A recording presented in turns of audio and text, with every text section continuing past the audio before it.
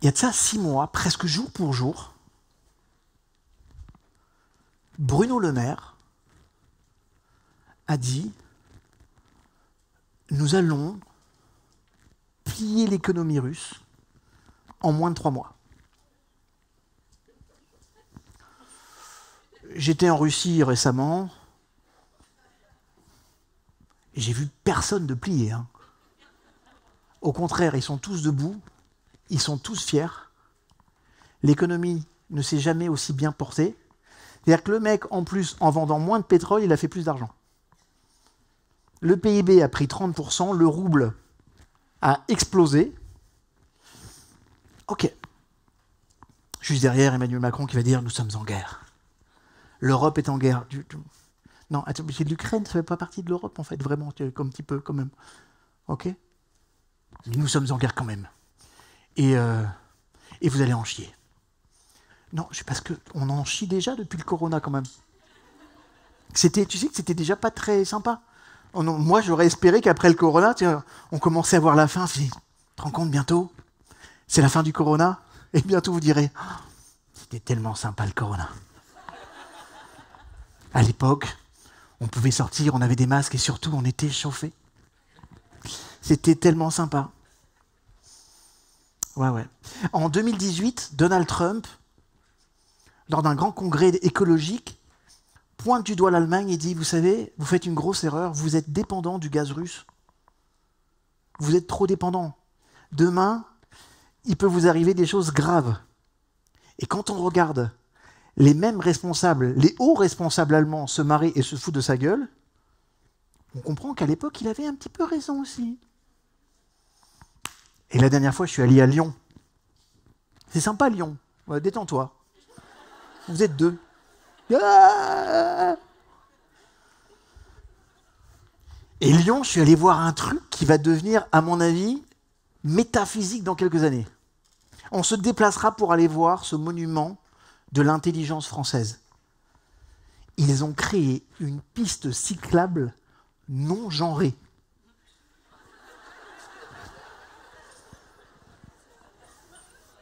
C'est-à-dire que toi, si tu arrives avec ton vélo, mais véridique, marqué piste cyclable non genrée. Je suis arrivé, j'ai freiné. Mais je ne peux pas aller là-dedans. Je suis genré. Qu'est-ce qui se passe ? Est-ce que, alors si je prends une piste cyclable non genrée et que je suis genré, vont-ils m'arrêter ? Pire, si je rentre sur cette piste, vais-je perdre mon genre ? Ça m'a traversé l'esprit et je ne vais quand même pas perdre qui je suis et le peu d'attributs qui font de moi un homme, simplement pour une piste cyclable. Mais quand même, je me suis dit, qui c'est le directeur de tout ça qui a dit « Il y a une idée géniale, les gars, écoutez-moi bien. On va inventer un truc que personne n'a jamais inventé. » Alors le mec, il m'a dit « Tu vois, un truc, je sais pas, l'énergie renouvelée, c'est ça. Plus besoin de batterie. » Non, j'ai mieux que ça. On va créer une piste cyclable non genrée. Il n'y aura que 4 personnes qui vont la prendre. Mais on sera les premiers au monde à avoir une piste cyclable non genrée.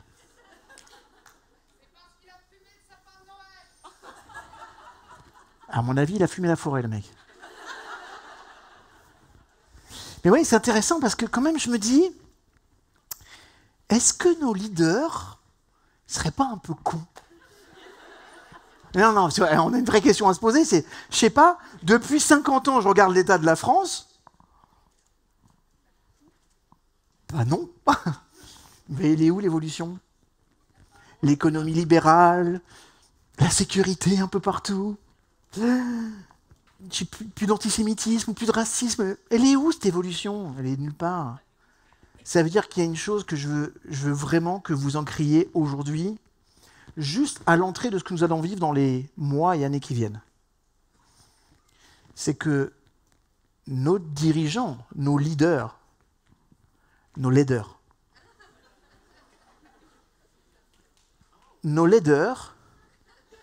ne sont absolument pas calibrés pour nous conseiller sur comment réussir dans la vie, Mieux que ça, en 2005, j'avais une société de marketing politique. On a accompagné 17 dirigeants politiques, 16 ont été élus. À vie, j'ai été dégoûté de travailler avec les hommes politiques. Plus jamais ça. Parce que j'ai compris qu'ils n'étaient là que pour une seule chose. Leur propre destin. Ils s'en foutent complètement de nous. Donc ce que je veux dire par là, c'est que si nous comptons sur nos dirigeants, sur les États, sur les pays, sur les communautés qui se sont rassemblées pour être plus forts, bon, il y en a quand même qui l'ont compris, les Anglais, ils ont dit « nous, on va sortir ». D'ailleurs, on n'était pas vraiment rentrés, parce qu'on a quand même gardé notre monnaie, mais on va sortir de votre truc, là, c'est pas probant. Poutine, il est encore debout, et Poutine a dit « eh tiens, et si je m'associe avec les Chinois ?» Vous savez que Poutine va être en train de créer sa propre monnaie. Avec le Brésil, avec la Chine, avec l'Inde. Et qu'ils vont associer le pétrole à cette nouvelle monnaie. Ça veut dire que l'euro et le dollar, demain, c'est mort. Je veux que vous compreniez un truc. C'est que ce qui est en train de se passer est flippant.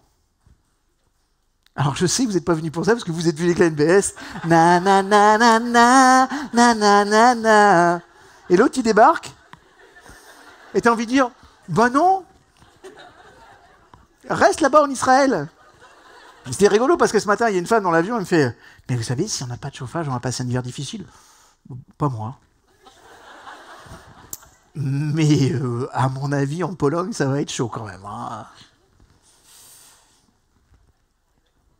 Si je donne ce ton-là maintenant, c'est d'abord que nous devons, en tant qu'entrepreneurs et en tant qu'êtres humains, être lucides de ce qui se passe.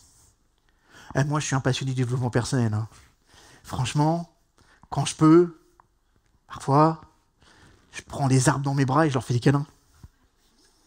C'est tellement sympa. Mais la réalité, c'est qu'on va vivre des heures difficiles. La réalité, c'est que nos gouvernants ne savent absolument pas quoi faire. Enfin, on a quand même des gouvernants qui nous ont dit que le masque ne servait à rien. Pire encore, on a des gouvernants qui, derrière, quand on trouvait que le masque servait à quelque chose, ont interdit les pharmaciens de le vendre. Un très bon ami à moi, Zouer, si tu m'entends, pharmacien, s'est vu amendé de 5 000 € parce qu'il avait donné des masques à des personnes. Donné des masques à des personnes. Donc on vit dans un monde de dingue, vous avez compris ça ou pas? On vit dans un monde de dingue, on vit dans un monde dans lequel la sphère économique est tellement séparée de notre réalité physique qu'on vit dans ce que j'ai toujours appelé l'effet Gulliver. L'effet Gulliver, c'est quoi? Gulliver, c'est ce héros de Swift. J'adorais lire Gulliver à mes enfants, et Gulliver, il n'a pas de bol. Hein. Il n'est jamais au bon endroit, ce type. Il est trop grand chez les Lilliputiens, il est trop petit chez les géants, et le mec, t'as le sentiment qu'il est... T'as un karma de merde, gars. Qu'est-ce qui se passe? À chaque fois que t'es quelque part, c'est pas bon. Faut pas être avec toi, t'es une source d'emmerde. Mais en fait, Gulliver, c'est quoi? C'est nos institutions aujourd'hui. Nos institutions, là, qui essaient de s'adapter à un monde qui bouge à une telle vitesse que leurs prédictions sont toujours à côté de la plaque. Et dans tout ça, moi, il faut que je vous donne une note positive. Ben pour la première fois, j'en ai pas. Je vous souhaite un très bon séminaire.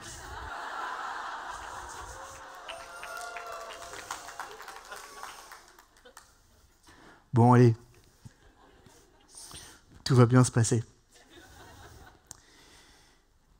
Tout se passera bien, effectivement, si et seulement si vous mettez en place une transformation personnelle comme jamais, j'ai bien dit, écoutez-moi bien, comme jamais vous l'avez envisagé dans votre vie.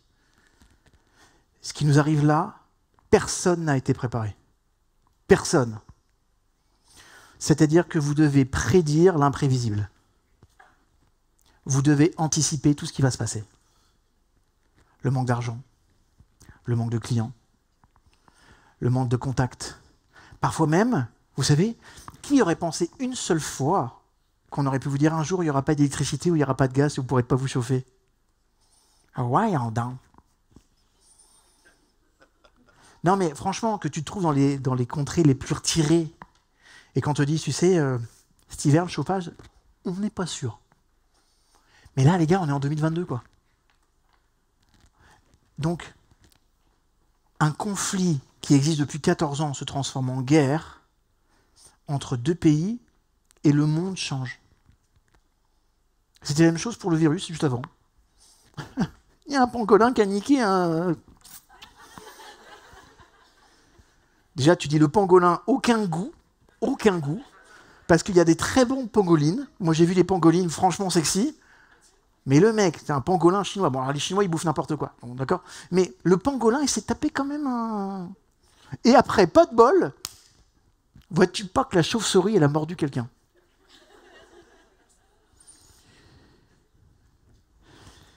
Je pense vraiment que nos leaders nous prennent pour des confètes.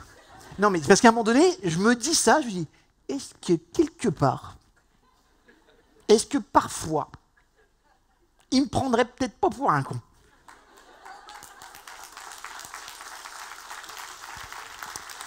Ouais. Sauf que quand Emmanuel Macron déclare la guerre à Poutine, et franchement, Poutine, on n'a pas besoin d'être psychologue pour faire un profil psychologique de Vladimir Poutine. Le mec, il fait du cheval sur un ours. Torse nu. Toi, tu vois un ours, tu te casses. Il enlève sa chemise, il te détend, il remonte les bretelles, il fait Bruce Munich. Et toi, là, tu vas lui dire, dis donc voir. Attention, on va te mettre des restrictions. Oui, on va te dire, bah alors déjà, écoute-moi bien, vous n'aurez plus Netflix. Et vous allez voir que le peuple va se retourner. Mieux que ça, plus de McDonald's. Ils ont racheté tous les McDonald's. Non, et vous allez à Saint-Pétersbourg, chez les anciens McDonald's, ils ont gardé la sauce McDonald's, mais les hamburgers, c'est des vrais hamburgers. Vous savez pas le truc éclaté au sol que tu as le sentiment quand tu regardes le steak, tu te dis, mais qui c'est qui a marché sur mon burger? Le mec, il a piétiné ton burger. Là, le hamburger, la viande, elle est SACOM. Elle vient de Russie et les gens, ils sont fiers parce que là, tout est russe.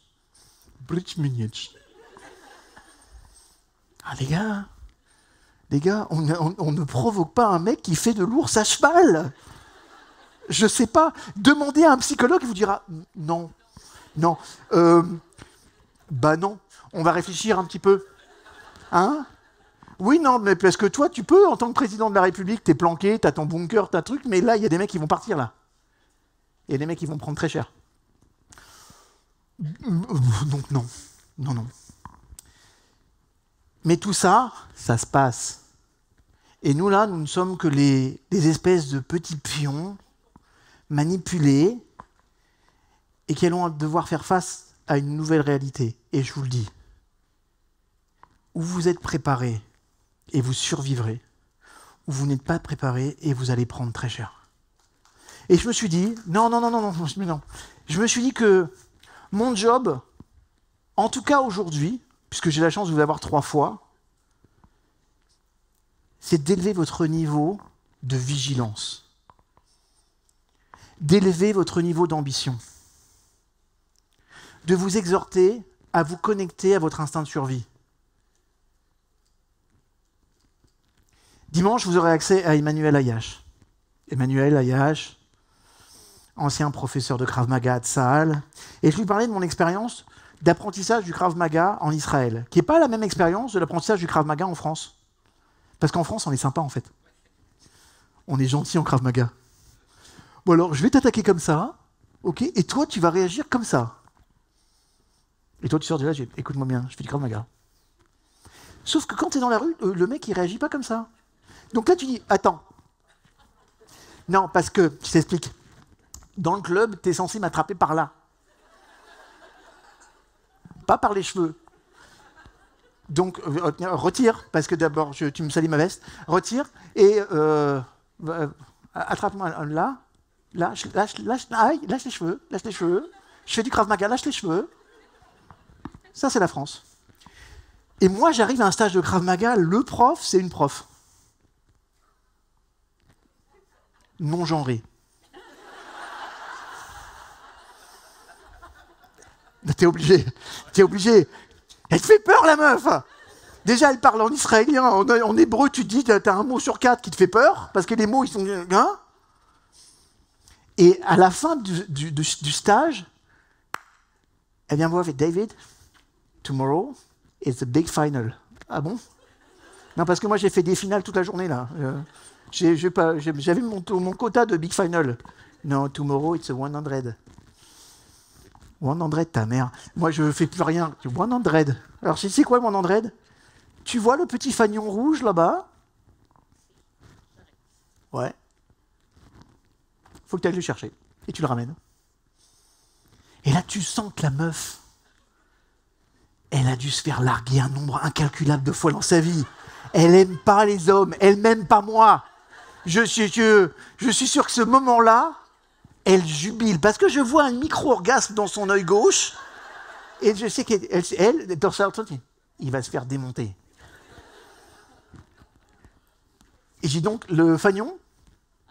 Ouais, le fanion. Elle est où l'embrouille? Non, t'es juive, il y a une embrouille quelque part. Je peux me permettre. Mais il y avait une embrouille quelque part. La non-genrée avait déjà préparé quelque chose, figurez-vous. C'est-à-dire que tu ramènes le fanion, mais elle a oublié de te dire qu'il y a des mecs qui vont sortir des bosquets. Alors les mecs, peinards, hein, équipés de la tête aux pieds, le masque, les protections, mais ils vont te tabasser ta mère. Et j'avais envie de dire, les gars, j'ai rien fait. Donc j'ai pas volé, j'ai rien volé, de toute façon, j'ai rien sur moi. Il te tombe à 5 dessus et il te fracasse. Mais il donne des vrais coups, vous voyez ce que je veux dire ou pas? Donc toi, tu as quand même un premier réflexe de base, c'est que tu te mets comme ça, ici, là, tu tombes au sol et tu essaies de protéger tout ce qui est vital. Surtout quand la non-genrée approche. On ne sait jamais. Et la non-genrée se prend sur moi. David, you are dead. Oui. In the real life, you're dead. Look around you. Regarde autour de toi. Il y a du sable. Il y a de la pierre. Il y a une racine. Mais si tu ne prends pas tout ça, si tu ne te connectes pas à ton instinct de survie, t'es mort. Et on enverra une lettre à ta famille pour lui dire que t'es mort au combat. T'es mort. Alors tu sais quoi? Le 100. Again.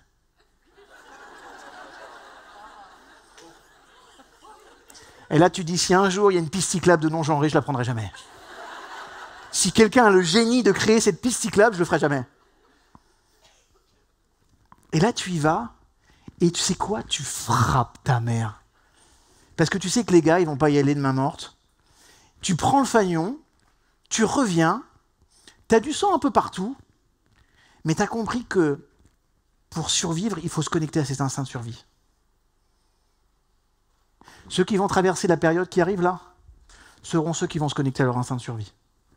Seront ceux qui auront tellement envie de réussir, qui auront envie de tellement faire la différence avec les autres, qu'ils le feront. Parce qu'ils auront été préparés, parce qu'ils savent que là maintenant, ce qui va se passer, c'est plus du jeu, quoi. C'est plus la télévision, quoi. C'est la vraie vie et les choses vont être difficiles. Si c'était difficile d'avoir des clients hier, ça va l'être encore plus demain. Mais la bonne nouvelle, c'est que si vous êtes préparé mentalement pour le faire, vous trouverez des idées, vous aurez la force et le pouvoir d'innovation qui vont vous permettre d'eux. C'est pour ça que mon devoir, c'est au-delà de vous dire que c'est super important de se connecter à ses rêves, à ses désirs, à ses envies. Ça, c'était hier. Aujourd'hui, tu dois te connecter à ton instinct de survie. Et tu dois te dire, quoi qu'il arrive, dans toutes ces personnes-là, 100. Le fanion, quoi qu'il arrive, je le ramène. Et je vais avoir mal. Et je vais mordre la poussière. On va me piétiner. On va essayer de me descendre. On va essayer de me faire du mal. Il va falloir que je fasse la différence avec tous mes opposants. Mais 100. Je vais faire la différence. Il y a encore 4-5 ans, je vous parlais tout le temps de motivation. On on arrête avec ces conneries. C'est plus le moment d'être motivé. C'est terminé la motivation. C'est discipline. Vous savez, il y a Clément qui est ici, là, parmi nous. Et moi, j'ai aimé travailler avec des équipes de rugby quand je coachais les équipes de rugby parce que je trouvais ça, le rugby m'a toujours impressionné. Je trouve que c'est l'un des sports les plus sympas. Parce que curieusement, vous avez remarqué qu'il n'y a pas de hooligans chez les rugbyman. Il y a plein de branleurs chez les footballeurs. Hein. Mais chez les rugbyman, des mecs qui sont des colosses, qui sont des buffles, qui se tapent, qui mordent la poussière, il n'y a pas de hooligans. Pourquoi ? Parce que ce sport est le sport du fair play par excellence. Et c'est un sport, tu ne peux pas être un con. Non, je t'assure. Dans ton équipe, tu ne peux pas être con. Parce que le principe même du rugby, c'est de passer la balle à celui qui est derrière. Ça veut dire que tu as toujours quelqu'un qui doit te suivre, qui doit être derrière toi, qui doit te soutenir. Mais si tu es un con, on ne te soutient pas. Et si tu es un con, tu vas avoir 7 bonhommes qui vont te déchirer en deux. Mais si tu es un mec bien, tu vas pouvoir faire une passe. D'ailleurs, vous avez remarqué que la passe du rugby, c'est pas comme ça. Hein. Ou c'est pas comme ça. Hein. Ou c'est pas comme ça. Hein. C'est comme ça. De cœur à cœur. Même dans l'adversité, je mets du cœur. Et t'es derrière moi, je te soutiens, je suis avec toi. Vous savez qu'une passe, c'est le féminin d'un pas. C'est-à-dire qu'on va mettre du féminin dans l'avancée. On va mettre des valeurs féminines. Pour ça que le rugby, c'est quelque chose d'excellence. Mais par contre, il y a un truc qui m'a choqué. C'est que quand moi, je travaillais avec les rugbyman français et qu'en face, on avait des équipes étrangères, je faisais un truc qu'on n'avait pas le droit de faire, c'est que moi, j'allais dans les vestiaires. Des autres. Parce que je voulais savoir ce qu'ils se disaient. C'est dingue de voir combien l'entraîneur écossais, il disait une seule chose. Discipline. Discipline. L'autre entraîneur, très sympathique, hein, très beau discours. Franchement, on aurait cru le mec dans 3. T'avais envie de bouffer même Brad Pitt. Discipline. C'est-à-dire qu'hier, on avait besoin d'être au cœur, de trouver nos sources de motivation pour nous donner l'envie d'avancer et de poser des actions nécessaires pour y arriver. C'était cool. Et parfois, tu disais, je suis pas motivé. Oui, non, mais il faut que tu bouges quand même, c'est ton travail. Ouais, mais là, j'ai pas d'inspiration, je suis pas motivé. Je crois que je vais faire un moment de méditation pour me motiver. Non, mais hier, tu pouvais te permettre de faire ça. C'était sûr. Là, avec ce qui vous arrive, vous n'avez plus le luxe de vous offrir ce moment-là. Je vous demande d'être hyper préparé. Je vous demande de rentrer dans votre discipline comme jamais. Je vous demande de vous exhorter et de comprendre que ceux qui vont réussir sont ceux qui seront construits physiquement, mentalement, émotionnellement et énergétiquement. C'est-à-dire que dans ces 4 sphères, vous devez passer du temps. Vous devez passer du temps à prendre soin de vous au niveau physique. Parce que ce qui va arriver est stressant. Et que si ton corps ne peut pas encaisser les coups, si ton corps ne peut pas accepter la douleur, si ton corps, au moindre petit coup, il met un genou par terre, tu as un problème. Parce que tu ne pourras plus avancer. Donc physiquement, tu avances. La dernière semaine du mois de juin, je pars en Suède. Franchement, en ce moment, les voyages comme Tel Aviv, Suède, entre deux, il y a un truc qui s'appelle la Russie. Donc tu fais Tel Aviv, Turquie, enfin bref, 3 avions pour y aller.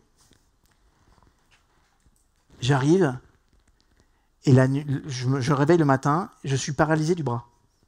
C'est-à-dire que mon bras peut quasiment pas bouger, je n'ai aucune sensation, et quand je touche mon doigt, c'est comme si ça me brûlait. Je brûle à l'intérieur. Bizarre, c'est-à-dire que je vais donner de 8h à 10h du soir pendant 5 jours une formation comme ça. Parce que je suis avec une enseigne très importante, on travaille sur le positionnement stratégique. J'ai les 12 directeurs monde qui sont ici avec moi et je ne peux pas les lâcher. Alors, le directeur d'hôtel chez lequel on va, il est tellement sympa qui m'emmène voir un ostéopathe russe. Je vous jure que c'est vrai.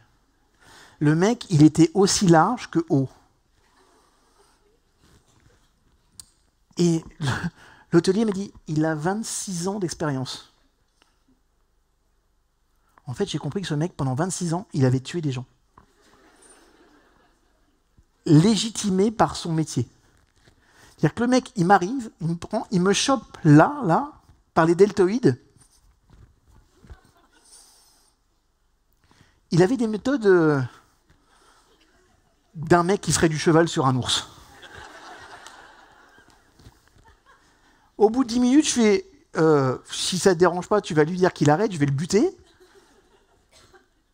Et je me retire de là. Bon. Je vais avoir une hernie discale très très mal placée. Et c'est intéressant, parce que les médecins, les spécialistes me disent t'arrêtes le sport, tu ne peux rien faire là. Pendant 1 an. Mais ça ne va pas être possible. Non, parce que si je fais ça, je bute tout le monde. Il faut que vous compreniez qu'à ce moment-là, moi, je fais du kickboxing le matin, de la musculation l'après-midi. Donc ça ne va pas être possible. Comment je vais faire? Parce que c'est mon exutoire, vous voyez ce que je veux dire ou pas? Donc j'ai mon médecin, écoutez, je vais doubler mon activité physique. Vous êtes malade? Non, vous êtes malade. Je vais faire des choses que j'ai jamais faites, mais il faut que je sois en mouvement. Parce que si je m'arrête, je suis composé d'eau. Une eau qui stagne, elle croupit, elle pourrit. Je dois être en mouvement. En période de crise, mes chouchous, vous devez être en mouvement. Alors j'ai commencé à faire 2 choses. La première, quelque chose que je ne faisais quasiment jamais, sauf pendant Shabbat, des très longues marches tous les jours. Je faisais 10 km, 12 km tous les matins avec ma chienne, ce qui l'a fait maigrir. Franchement, j'en avais besoin. Et j'ai travaillé mon cardio comme ça, parce que si je courais, ça faisait trop de résonance dans ma colonne vertébrale. Et par contre, marcher vite, je pouvais le faire. Et la récompense, c'était un petit bain avec ma chienne dans la mer. Et puis ensuite, je me suis dit, la musculation, il faut que je continue. Il faut que je sois dans ma dynamique physique. Mais par contre, j'ai analysé quels sont les mouvements que je peux faire et ceux que je ne peux pas faire. En fait, je me suis adapté. Vous voyez ce que je veux dire ou pas? Et je me suis dit, ok, cette partie du corps-là, je peux l'entraîner. Cette partie du corps-là, celle-là, surtout pas. Mais celle-là, je peux continuer. Et quand j'ai dit à mon médecin que je faisais 2h30 de sport par jour, il m'a dit, c'est pas possible. C'est possible. Et c'est pas du sport intensif, j'ai pas retrouvé mon truc de compétition, c'est certain, mais c'est possible. Et ce que je vais vous dire par là, c'est que la vie, en fait, notre vie, c'est une suite d'événements qui se produisent. Je voudrais que vous réfléchissiez à ça 2 minutes. Votre vie est une suite d'événements différents qui se produisent. Un événement, c'est une situation donnée avec des données. Ça veut dire quoi? Ça veut dire que dans cette construction de notre conscience, on va vivre des événements. Ok? Le corona, la guerre en Ukraine, la mort de mon père, le divorce de mon frère, tout. Voilà, chaque chose de ma vie. Mon hernie discale, un événement. C'est qu'un événement. Mais par contre, de ces événements, il va y avoir un tas de données qui vont m'être offertes, de l'extérieur comme de l'intérieur. D'accord? De l'extérieur comme de l'intérieur. Comme mon médecin qui va dire, le sport, pas pendant 1 an, c'est terminé. C'est une donnée. D'accord? C'est une donnée. Moi, j'en ai d'autres, des données. Je sais par exemple que quand je coachais avec des sportifs de haut niveau, j'avais à un moment donné, j'ai discuté avec un monsieur qui s'appelle Georges Saint-Pierre. Ça vous parle, Georges Saint-Pierre? Ah, Georges Saint-Pierre, regardons.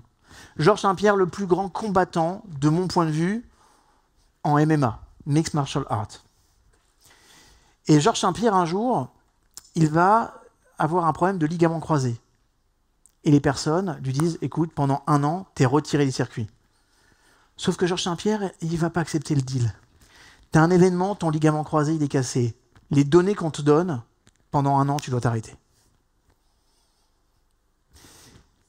Cette donnée, si c'était devenu une vérité, c'est-à-dire quelque chose que je considère comme vrai, vous pouvez être sûr que Georges Saint-Pierre ne serait pas le champion qu'il est aujourd'hui. Et qu'il a été, en tout cas, qu'il a arrêté sa carrière. Non, Georges Saint-Pierre, il a pris cette donnée, il a dit « Ok,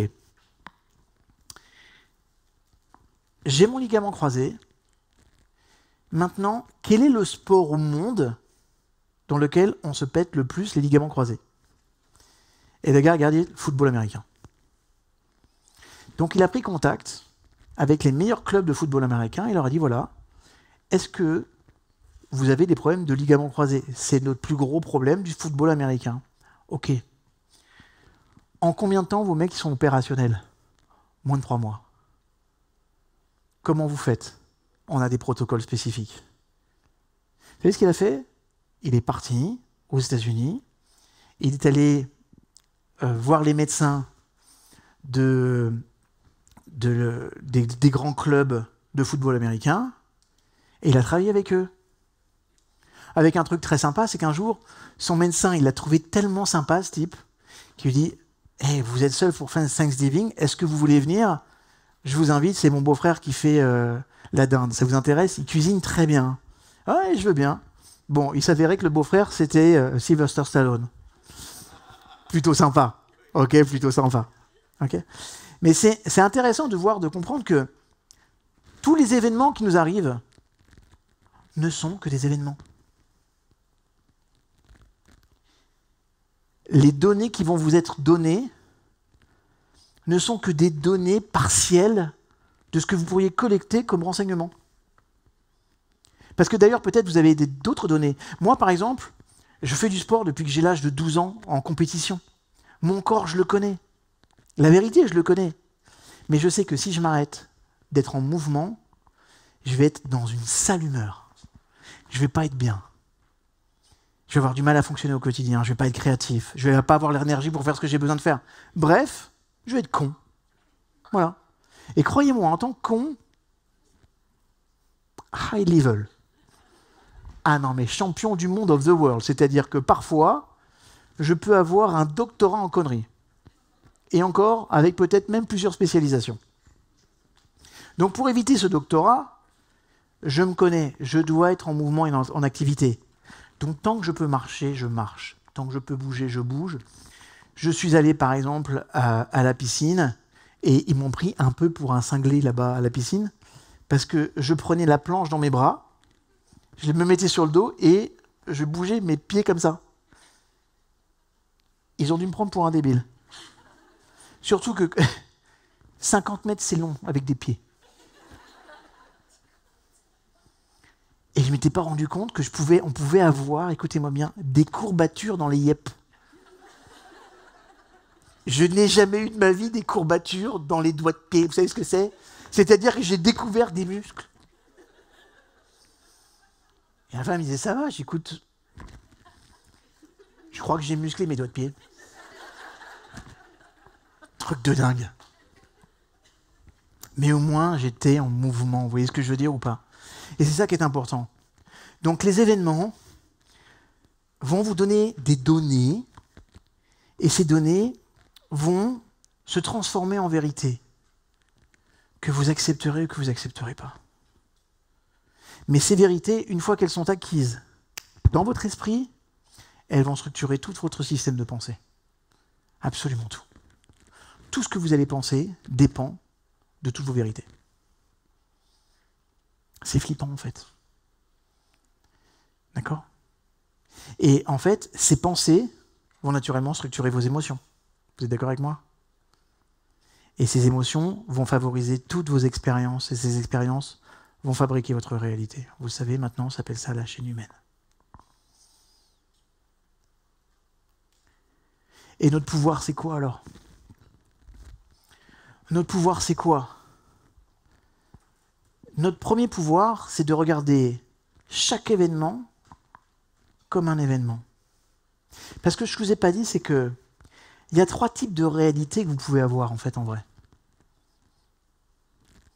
pouvez avoir la réalité ultime. La réalité ultime, c'est ce qui est. C'est ce qui repose sur la vérité factuelle. C'est ce qui est. Et mes chouchous, écoutez-moi bien. Ce qui est, est.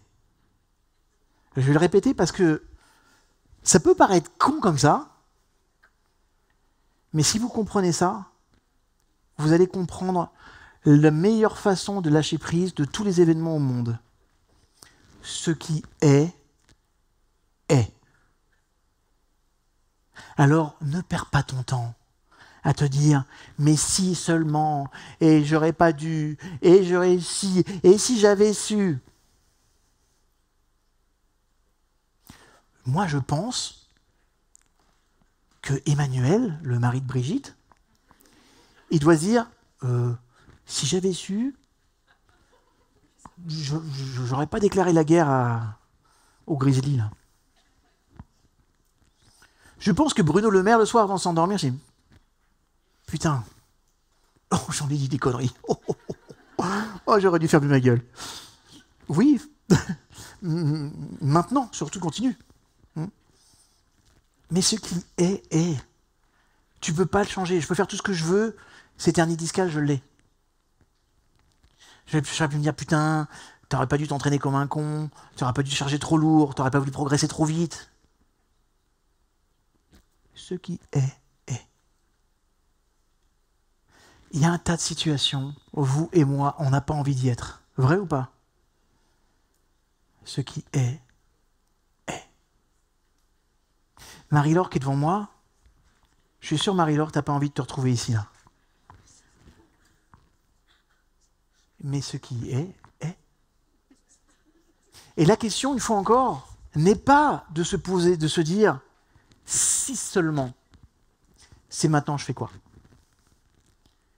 Maintenant je fais quoi? Je vais modifier les données. Parce qu'en dehors des données qu'on est en train de me donner, je vais en rajouter d'autres. Les miennes, celles que je vais chercher.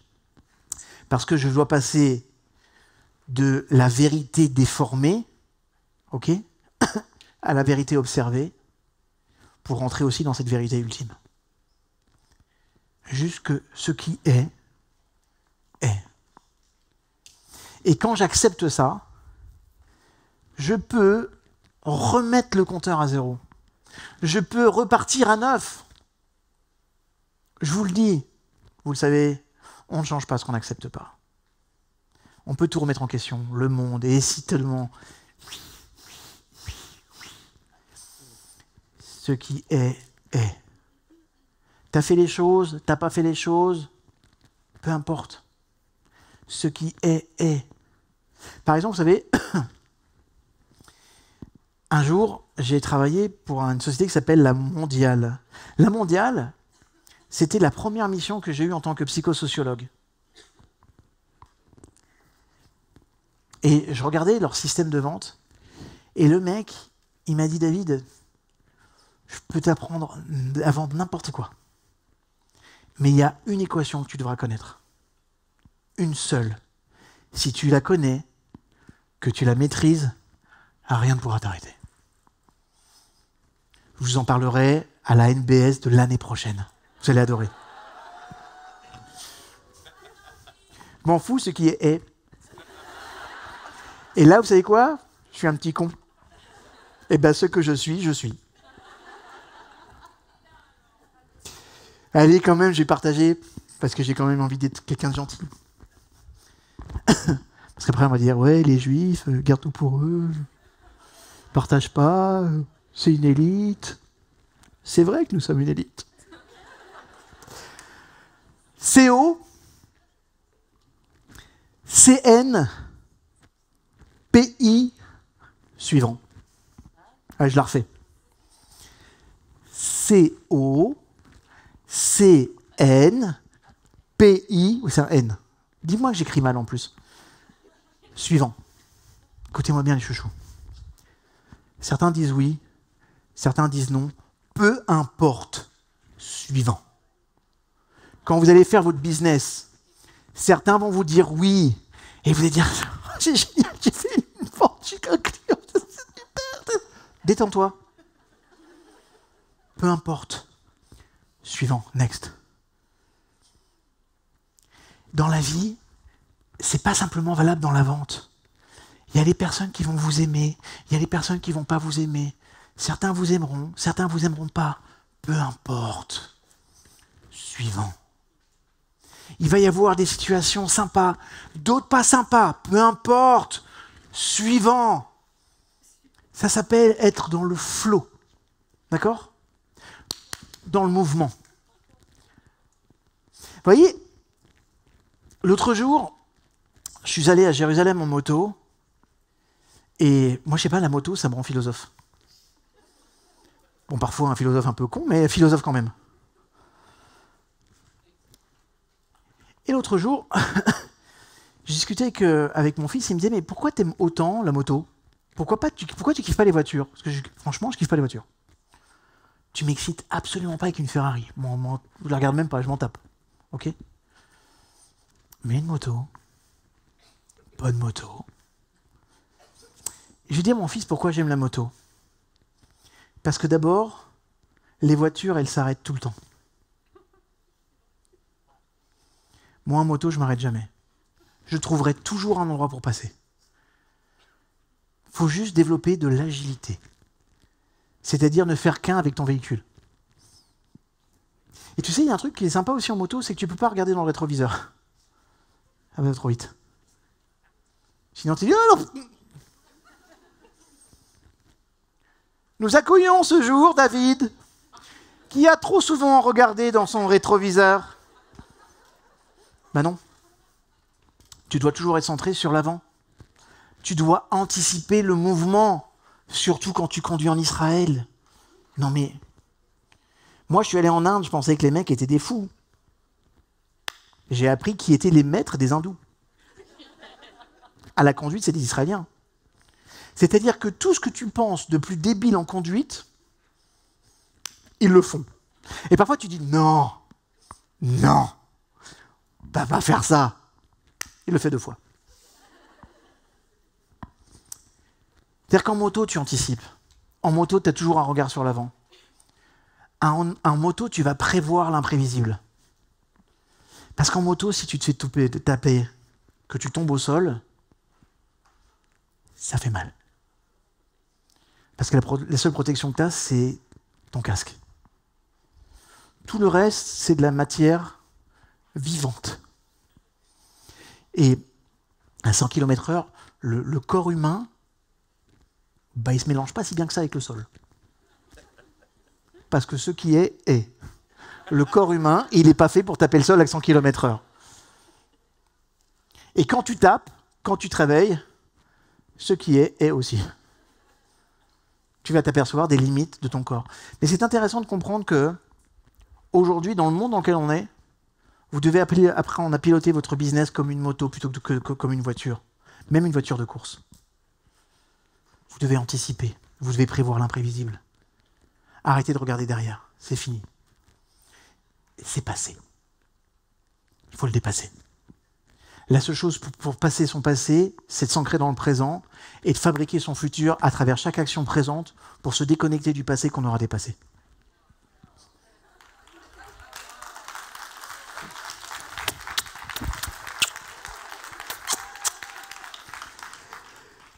Il fallait que je la place, celle-là. Non, Quoi ? Eh ben voilà. Votre passé. Dory, c'est pas possible. Votre passé. Votre passé, il est derrière. Il est derrière. La seule chose que tu dois faire, c'est activer ton présent avec une conscience future pour le dépasser. Ça veut dire que, moi, alors, la pleine conscience, il y a François qui est avec nous, la pleine conscience, génial. Être dans le moment présent, super. Mais n'oublie jamais de fabriquer demain. Tout à l'heure, tu parlais de l'intention. Sois dans ton présent, avec l'intention de modifier ton futur. À ce moment-là, ton présent, il devient utile. Parfois, ça peut être sympa de juste s'installer dans le présent pour ne pas être ni dans le passé, ni dans le futur. Juste pour se déconnecter ou d'une source d'anxiété ou d'une source de peur. Ça peut être cool. Dans ces cas-là, la présence au présent devient thérapeutique. C'est cool. Mais tu ne construis rien. Vous devez avoir une présence dans le présent avec une conscience du futur. C'est-à-dire que qu'est-ce que je suis en train de fabriquer aujourd'hui? Ok, je suis en train d'en chier. Je suis en train de vivre des choses pas agréables. Je suis en train de construire mon business. J'essuie des refus. On me remet en question.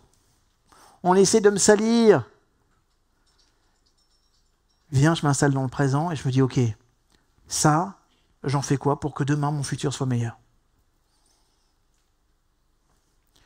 La vie dans laquelle nous entrons là, et je ne sais pas pour combien de temps. Vous savez, la dernière fois, il y a une directrice d'une école sur Tel Aviv. C'est une femme, à chaque fois, je ne la connaissais pas, mais à chaque fois que j'ai entendu parler d'elle, les personnes m'ont toujours dit du bien, mais comme jamais. Vous voyez ce que je veux dire ou pas? Chaque fois, on me disait, Madame Elbaz, elle est tellement géniale. Que moi, j'avais envie de rencontrer cette femme. Et la dernière fois, il y avait l'enterrement d'un proche. Elle était là. Et on s'est présentés l'un à l'autre. Et à un moment donné, mon épouse est venue voir et me dit, écoute, elle n'ose pas te demander de donner une conférence pour son école. J'ai dit, oui, tout de suite. Oui. Cette femme mérite qu'on lui rende toutes les années qu'elle a offert et qu'elle a donné. Donc si c'est le seul cadeau que je peux lui faire, je lui fais. Et j'ai réfléchi. C'est-à-dire, moi je lui dis à quoi à ces gosses? Vous savez ce que je vais leur dire? Ce que leurs parents leur disent. Mais comme c'est moi, ça passera. Mais surtout, je vais leur rappeler une chose, c'est qu'on vit dans un monde impitoyable. Que depuis la nuit des temps, même si les gentils méritent tous de réussir, on vit dans un monde impitoyable. On vit dans un monde de la loi du plus fort. On vit dans un monde dans lequel l'être humain, qui est parfois beaucoup plus animal que certains animaux, a structuré toute sa vie, son évolution, autour de cette loi. Et aujourd'hui, celui qui va gagner, bien sûr, il devra avoir des valeurs exceptionnelles, comme la gentillesse, comme la vulnérabilité. Mais c'est quelqu'un qui, dans le réel, dans le concret, devra s'installer dans une puissance disciplinaire hors pair. Excusez-moi, ce que je vais vous dire, ça ne va pas vous plaire, mais vous savez exactement, vous tous et toutes là, vous savez exactement ce que vous devez faire dans votre vie pour changer. Alors, vous pouvez la jouer intellectuelle. Ouais, mais tu sais, j'y réfléchis parce que je veux vraiment trouver le bon langue d'approche. Ta gueule. Non, c'est vrai. Ta gueule, toi. Ta gueule, toi, à l'intérieur. Ta gueule. Il y a un moment donné, arrête de t'écouter. Parce que très souvent, qu'est-ce qu'on dit comme connerie? Parce que l'être humain, il est tellement intelligent qu'il a une structure créative pour les excuses qui est exceptionnelle. On peut trouver des excuses pour tout et tout le temps. Alors qu'en vrai, si on était si intelligent que ça, on ne trouverait que des prétextes. Parce qu'un prétexte, c'est une excuse profondément intelligente et positive, qui me tire vers le haut et qui me rapproche de mes objectifs. Une excuse ne vous rapproche jamais de vos objectifs, elle vous en éloigne. Et à chaque excuse nouvelle, vous mettez de la distance entre vous et votre vecteur de réalisation. Et à chaque instant que vous faites ça, vous vous éloignez de votre réalisation de soi. Chaque fois que vous faites un pas vers la non-réalisation de soi, vous faites un pas nouveau vers la mésestime de soi. Arrêtez les excuses. Arrêtez les excuses. Quand vous vous surprenez à trouver une excuse, dites stop. J'arrête ces conneries. C'est quoi le prétexte? Quel prétexte je peux trouver maintenant, intelligent et constructif pour me rapprocher de mon objectif?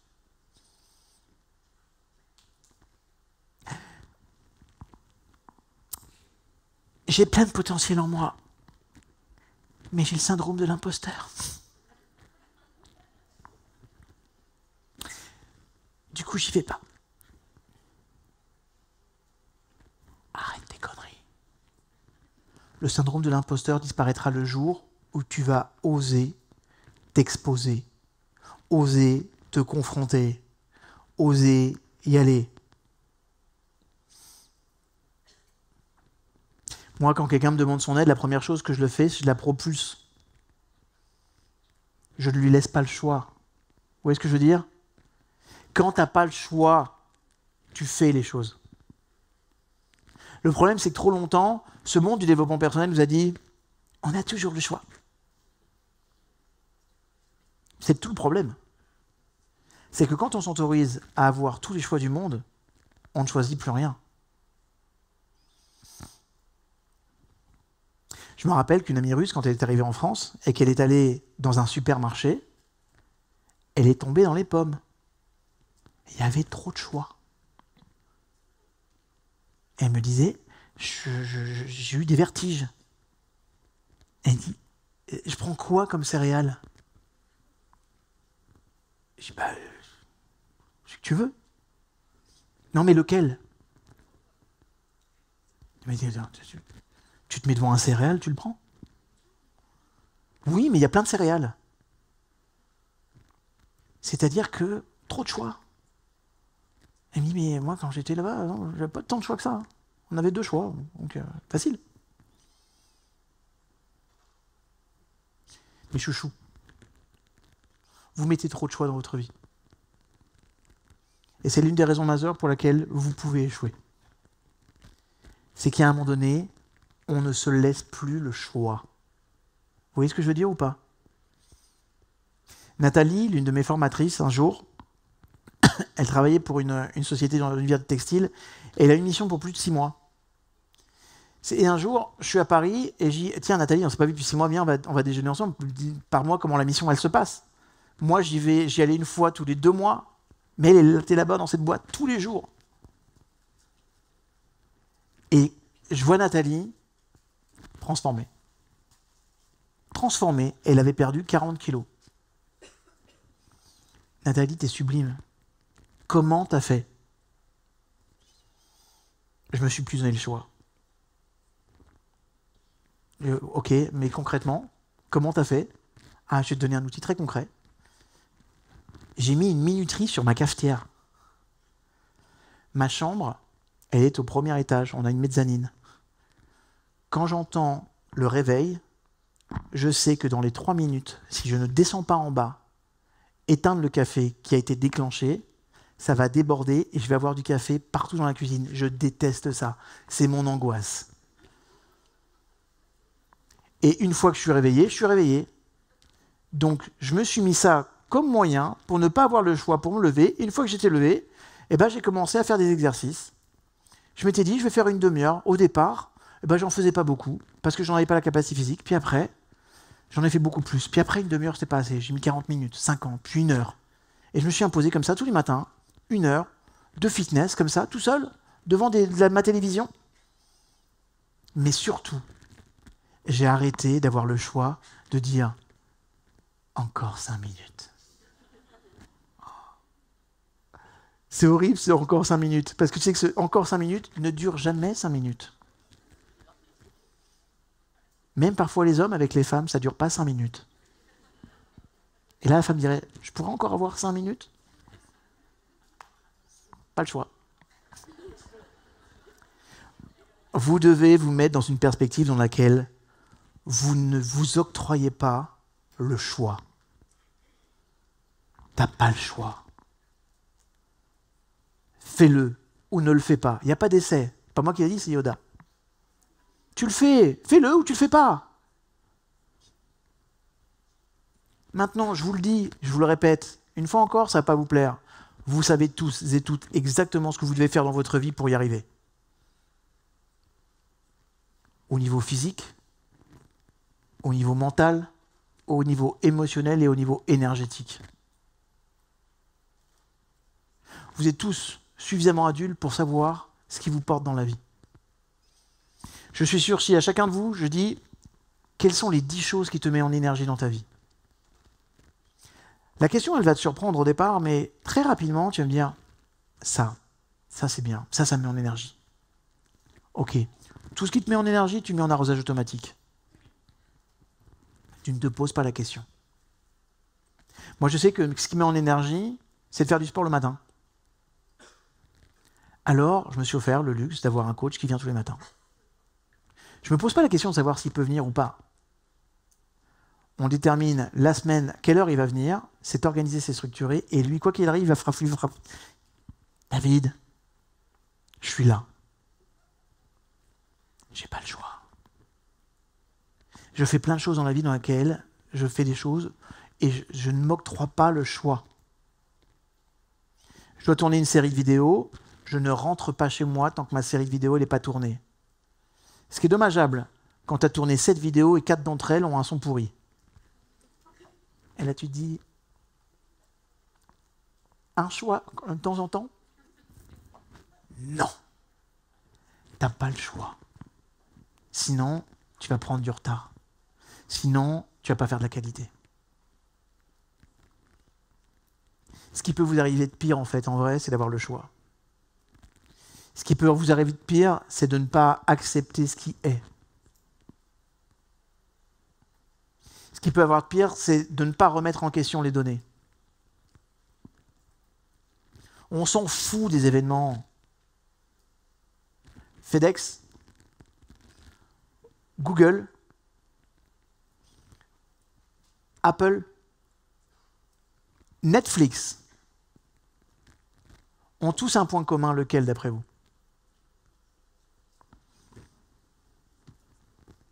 Un point commun très fort, qui les unit et qui, à mon avis, a fabriqué ces compagnies. Pardon? Non.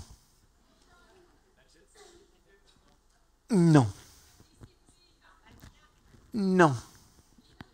Attendez, tout ce que vous dites est vrai, mais c'est pas ce que je veux entendre.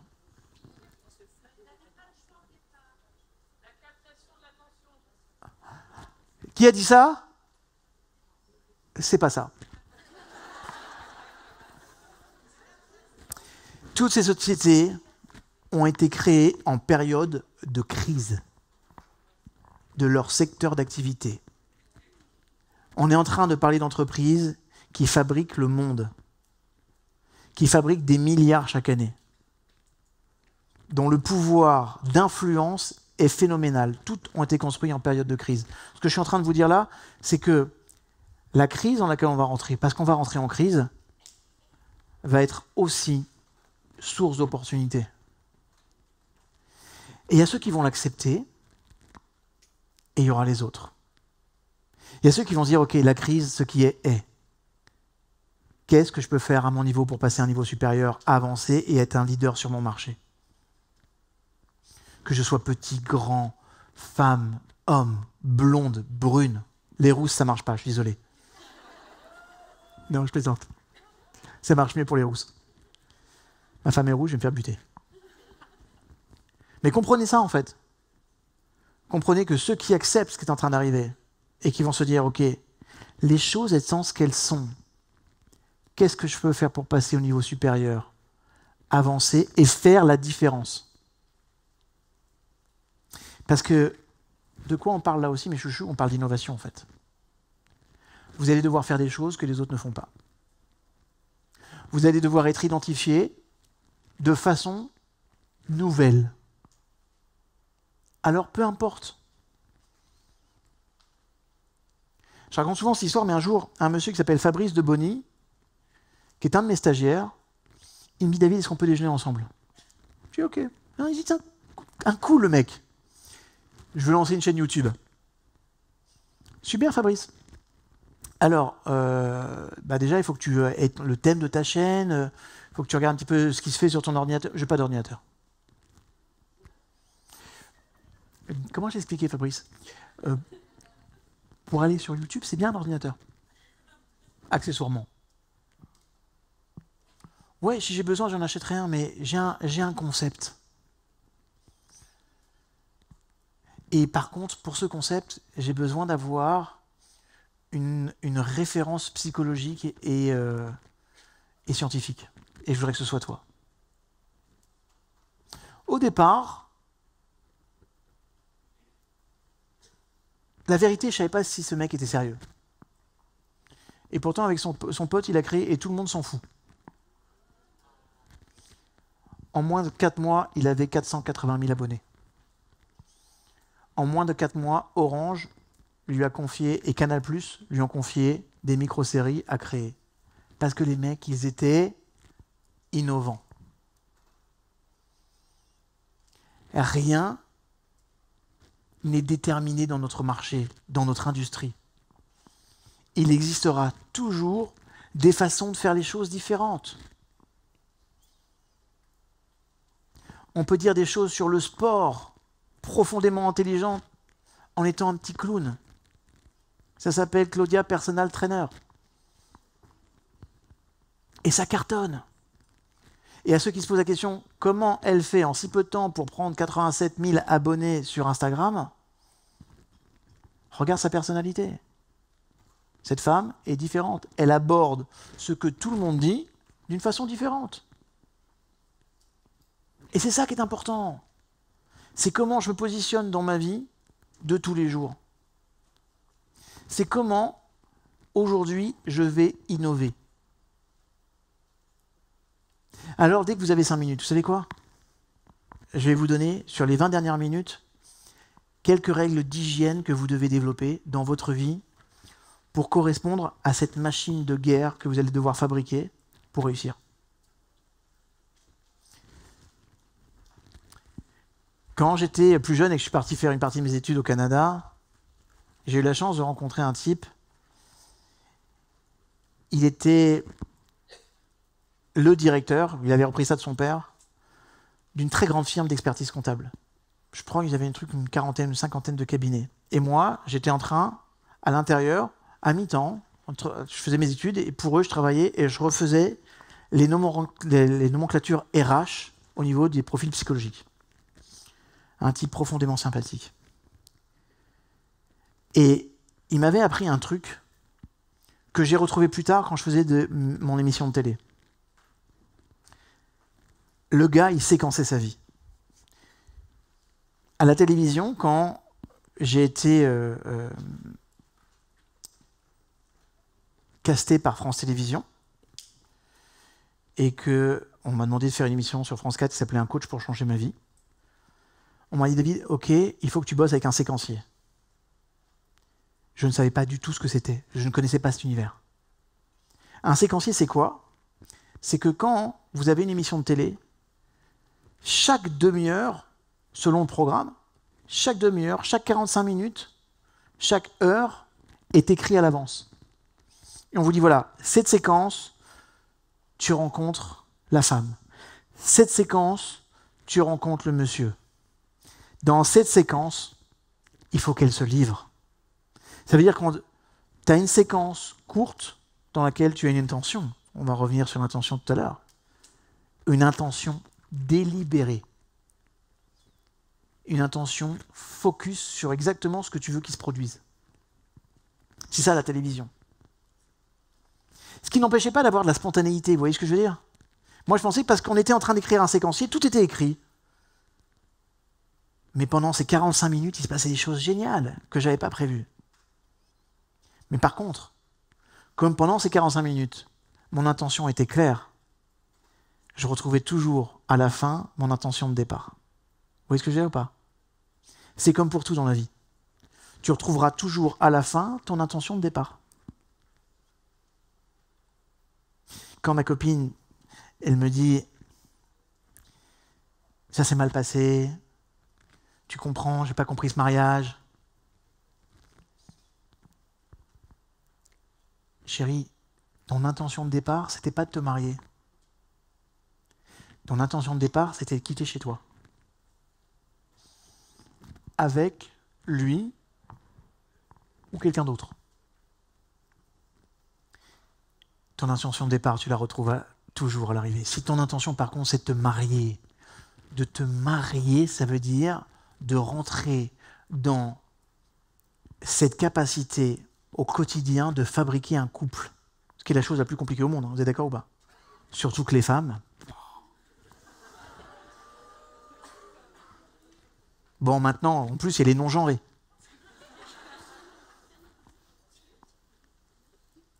Mais la femme est tellement belle dans sa complexité. Ouais, je sais. Ça s'appelle une pirouette cacahuète. Ton intention de départ, tu la retrouveras toujours à l'arrivée. Quelle est ton intention? Donc, mes chouchous, je vais vous demander d'organiser votre vie autour de séquences. Et chaque jour, j'ai bien dit, chaque jour que Dieu fait, vous devez coller le plus possible à ces séquences. Guy, ce Québécois dont je vous parlais, lui me disait, tu sais David, régulièrement je me fais une pause tendresse. Je prends un moment pour moi là, je fais rien. Tu médites, je fais rien. Tu penses à quelque chose? À rien. Bon, c'est un Québécois. Ouais. C'est pas grave. Non, ça soigne. Oui. Mais il était tellement sympathique. Et lui aussi, il faisait parfois des pauses problèmes. C'est-à-dire qu'il l'organisait dans son agenda. Il disait, voilà, ça c'est un problème que j'ai actuellement, je le résous aujourd'hui à telle heure. J'ai 2 heures consacrées à mon problème. Je ne focus que sur le problème. Je ne pense qu'à ce problème, je suis là pour le résoudre, j'ai 2 heures. Son intention délibérée était telle qu'à chaque fois qu'il se fixait ce genre d'objectif, ça marchait. Tout à l'heure, en préambule, je vous ai dit, ce qui est en train de nous arriver va vous demander que vous soyez hyper opérationnel au niveau physique, mental, émotionnel et énergétique. Vous devez mettre des séquences tous les jours dans ces 4 domaines-là. Et je vais vous dire comment. Physique, tous les jours, vous devez avoir une activité physique. D'abord parce qu'on n'a jamais rien de trouvé mieux au monde. Vous pouvez prendre les médicaments les plus performants sur cette planète, fabriqués par les plus gros laboratoires. Aucun n'arrive à la même performance que 30 à 45 minutes d'activité physique. Ça ne veut pas dire être obligatoirement dans des grandes performances sportives. Ça veut dire faire de la marche rapide, augmenter un tout petit peu plus son cardio que d'habitude, juste un petit peu plus. J'ai une activité physique. Trouvez quelque chose qui vous plaît et tous les jours, faites-le. Activité physique, chaque jour. Et je vais vous donner un secret. Ne faites pas 1 heure. Dans toutes les séquences que je vous propose, 45 minutes max. Parce que curieusement, toutes les études de recherche en neurosciences montrent que quand on se dit « je dois me fixer 1 heure », le niveau de pression et le taux de cortisol augmentent. Curieusement, quand on se dit « je vais faire 45 minutes de quelque chose », on n'a pas le même résultat. Ne me demandez pas pourquoi. Moi, je suis un observateur, d'accord? Ce qu'on observe, c'est que quand des personnes se mettent en place des séquences de 45 minutes, elles s'y tiennent. Ok? Quand elles se disent « je vais faire 45 minutes », curieusement, il y a un rapport au plaisir qui est plus grand que quand je me dis « je vais faire 1 heure de ça ». Parce que pour le cerveau, 1 heure, c'est beaucoup. 45 minutes, c'est faisable. Donc chaque fois que je vous dis « mettez en place une séquence dans la journée, 45 minutes », 45 minutes d'activité physique. Faites-vous une bonne marche. D'accord? Et on va faire du cumul de mandats. On va aller directement tout de suite dans la période énergétique, si vous voulez bien. D'accord? Faites ça en pleine nature. Faites ça en pleine nature. Faites-vous 40 minutes d'activité physique et les 5 dernières minutes, vous enlevez vos chaussures dans pleine nature, été, automne, printemps, hiver. On met les pieds au sol, même si c'est froid au sol, vous survivrez. Et vous vous connectez à la mère nature.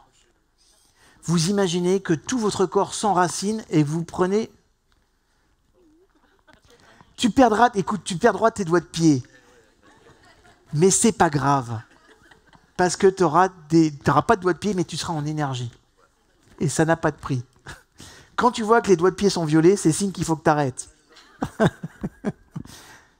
Quand je vous dis que les Québécois, c'est des Québécois,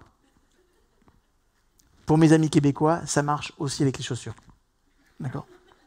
Mais c'est tellement mieux d'être en contact avec la terre. D'accord ? Donc ça peut être aussi dans un intérieur. Je peux trouver très très bien le contact avec la terre.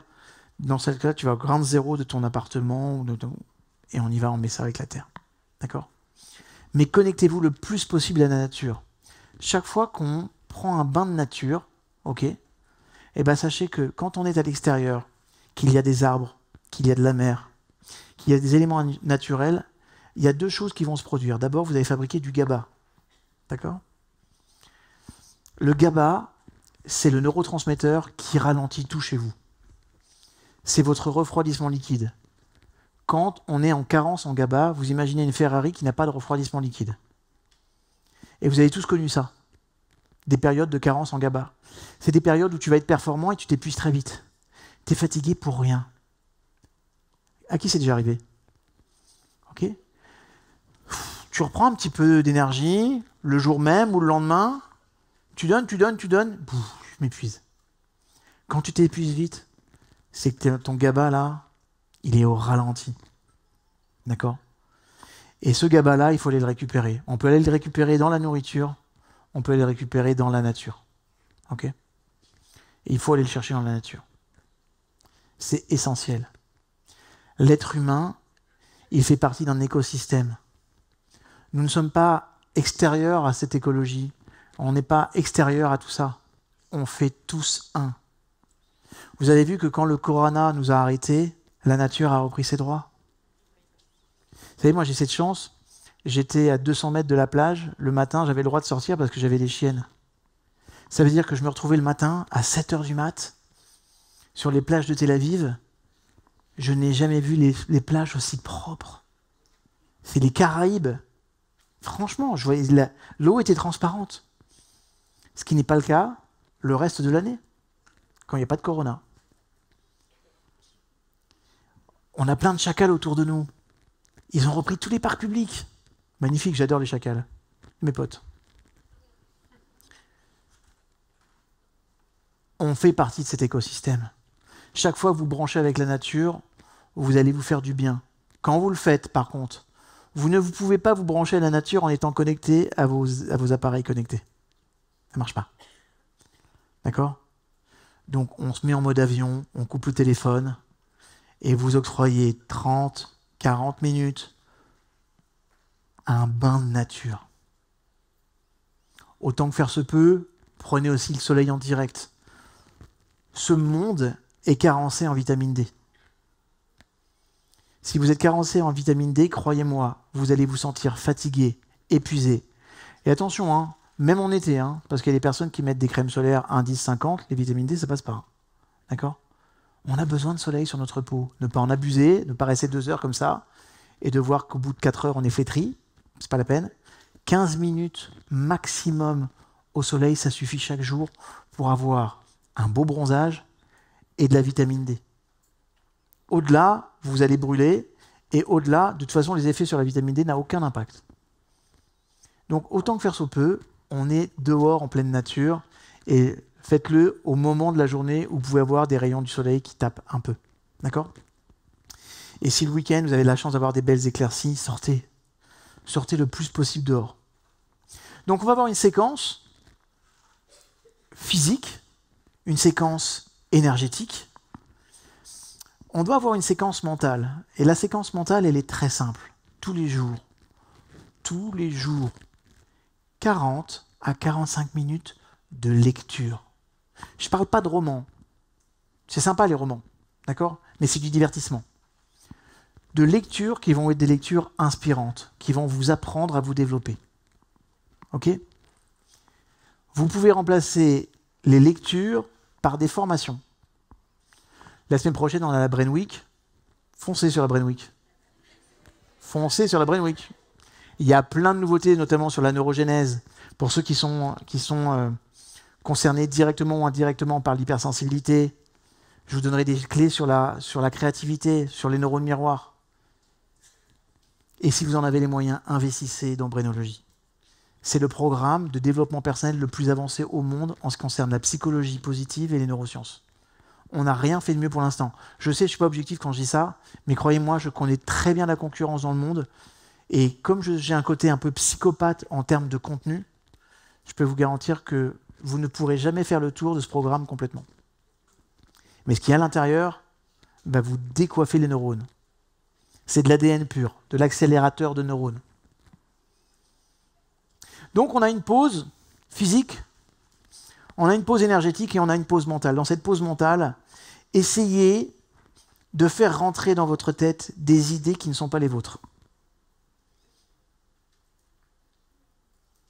Essayez d'explorer des domaines qui vous intéressent, mais que vous n'avez pas encore abordés. Par exemple, on a parlé de psychologie énergétique, intéressez-vous à ça. On a parlé des émotions, intéressez-vous à ça.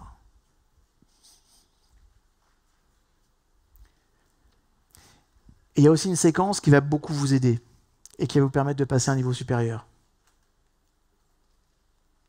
Elle va vous surprendre parce que vous allez me dire, je le fais. Mais vous ne le faites pas. 40 à 45 minutes de lien. Ok? Le lien social, c'est pas de s'occuper de ses gosses. Ça compte pas. En fait, oui, ça compte, que si seulement si, ce que vous faites dans ces 40 minutes, c'est 40 minutes dans lesquelles vous donnez. Écoutez-moi bien. Dans la vie, il y a les donneurs et les preneurs. Vous voulez réussir? Donnez. Donnez un max de contenu, de valeur ajoutée, de temps, d'intention, d'écoute, de gentillesse, de partage. Mais attention, faites-le consciemment à travers un choix délibéré, à travers une intention délibérée. Je ne m'occupe pas de mon gosse parce que je dois m'occuper de mon gosse. Vous voyez ce que je veux dire ou pas? Parce que c'est mon devoir. Je m'occupe de mon gosse parce qu'à ce moment-là, sur les 40 prochaines minutes, je vais lui faire passer des messages.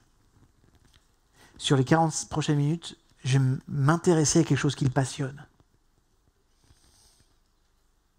Connaissez-vous le nom de famille et le prénom de tous les meilleurs amis de vos enfants? Savez-vous ce que font leurs parents? Savez-vous ce que fait votre enfant quand il n'est pas avec vous? Exactement. À part de le voir sur l'application que vous avez mise dans son téléphone portable. Une fois encore, la conscience, c'est ce qui change tout dans la vie. Et dernière chose, toujours dans cette sphère de donner. Chaque jour, faites au moins 5 cadeaux. Vous faites 5 cadeaux. Un cadeau, ça peut être un compliment. Un cadeau, ça peut être un service. Un cadeau, ça peut être sourire à une personne que vous savez peut-être ne pas être bien.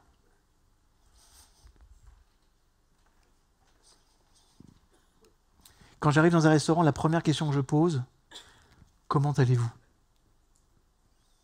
Et souvent, les personnes sont surprises parce qu'ils disent, mais c'est à moi de poser la question. Oui, oui. Comment allez-vous? Est-ce que ça va? Ça va, merci. Super. Moi aussi. On va passer une bonne soirée alors. C'est cool. Un cadeau, ça coûte rien. T'arrives à un péage, tu peux balancer ta carte bleue ou tu peux choisir les péages où il y a une personne. et juste arrêter. Et la personne va te dire, vous savez, monsieur, il y a aussi des bornes carte bleue. Je sais. Mais j'avais envie de vous sourire.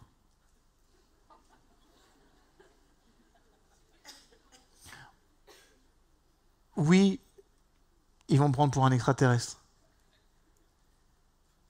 Mais oui, ils iront, ça existe aussi. Et j'aurais fait un cadeau. Et parfois, ce cadeau, il peut tout changer. Vous n'imaginez pas l'impact et le pouvoir d'un sourire ou d'une intention bienveillante. Ou de penser à une personne que vous aimez et de lui apporter juste une petite bricole. Mais dans cette bricole, qui ne vous a rien coûté, il y a toute la valeur du monde. Parce que tu es en train de te dire, à travers ce tout petit geste, tu comptes beaucoup pour moi en fait. Plus que tu peux l'imaginer. Et c'est une autre façon aussi de dire je t'aime. Alors oui, c'est vrai. On va vivre des moments difficiles. Mais en fait, ces moments ne dépendent que de vous en fait. Dépendent de la façon dont vous allez accepter la situation. Dépendent de la façon dont vous allez réagir. Parce qu'en fait, le changement, soyons clairs, hein, il y a plusieurs façons de l'aborder. On peut réagir au changement. Mais souvent, c'est trop tard. On peut accepter le changement. C'est cool, et ça nous donne quand même beaucoup plus de force et d'énergie.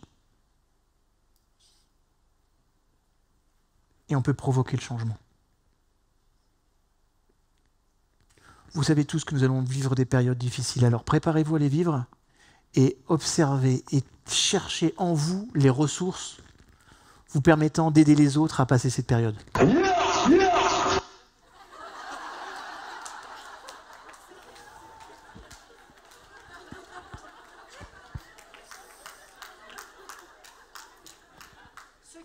On s'en bat les couilles, on s'en bat les couilles, on s'en bat les couilles. On s'en bat les couilles, on s'en bat les couilles, on s'en bat les couilles. Ce qui est, est.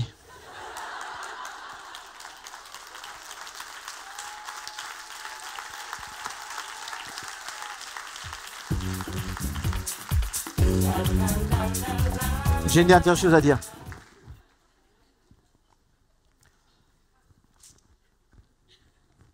Le changement,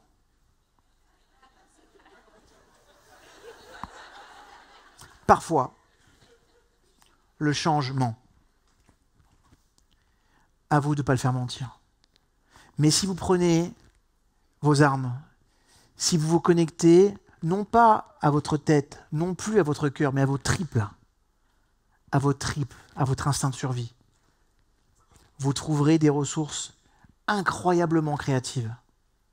Si vous mettez en place les disciplines nécessaires en éliminant de votre vie la logique de choix, je n'ai pas le choix que de me lever ou que de m'entraîner. Vous pensez qu'un champion du monde, il ne s'entraîne pas? Vous pensez que ça ne fait pas chier de s'entraîner tous les jours?